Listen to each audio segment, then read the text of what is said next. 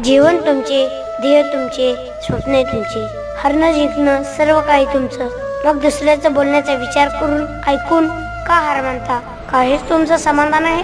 जेव्हा सगळं काही तुम्हाला स्वतःच करायचं आहे, मेहनत स्वतःला करायचं आहे, ध्येय स्वतःला मिळवायचं आहे, तर यासाठी कोणी दुसरा तुमची साथ नाही देणार, तर तुम्हीच स्वतःला साथ देणार.